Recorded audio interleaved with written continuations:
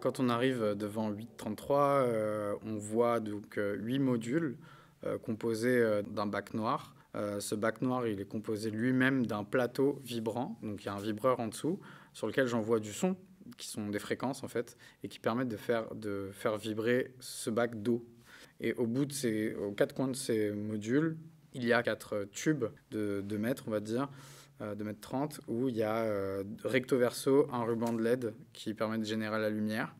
Donc, ces 8 modules sont directement connectés à une carte lumineuse au centre de l'œuvre, sous un énorme monolithe en béton.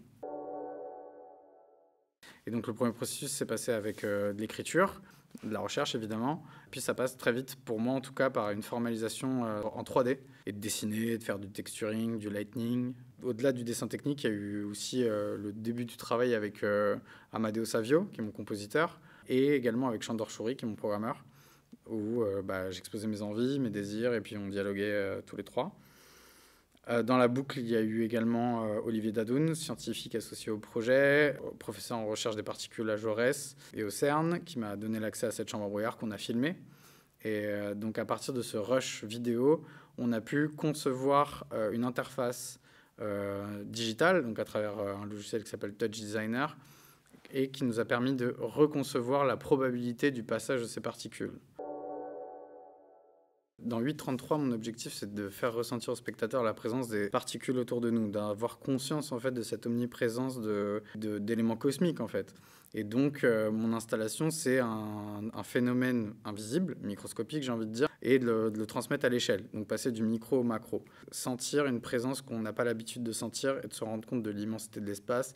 Et donc, mon installation, il y a différents degrés de lecture. Un plan large d'abord avec une première apparition et donc tous les éléments jusqu'à rentrer dedans et donc être plus proche, être absorbé par la lumière donc qui passe en contre-champ et aussi par le son qui est dirigé vers le centre. Et donc on ne voit plus vraiment la lumière mais on l'aperçoit derrière le monolithe ou on la ressent autour de nous. Et il y a également ces bacs. Donc on les approche, on aperçoit une forme. Puis après, il faut vraiment s'approcher de ces bacs-là pour voir les formes. Et donc, il y a un jeu qui vient du plan large au plan serré jusqu'à passer dans le monde inversé, j'ai envie de dire, quand ces bacs en fait, d'eau s'arrêtent et passent d'une forme à une autre. Il y a un moment où ça devient un miroir. Et donc, notre œil, forcément, il plonge dedans et il passe dans l'autre monde.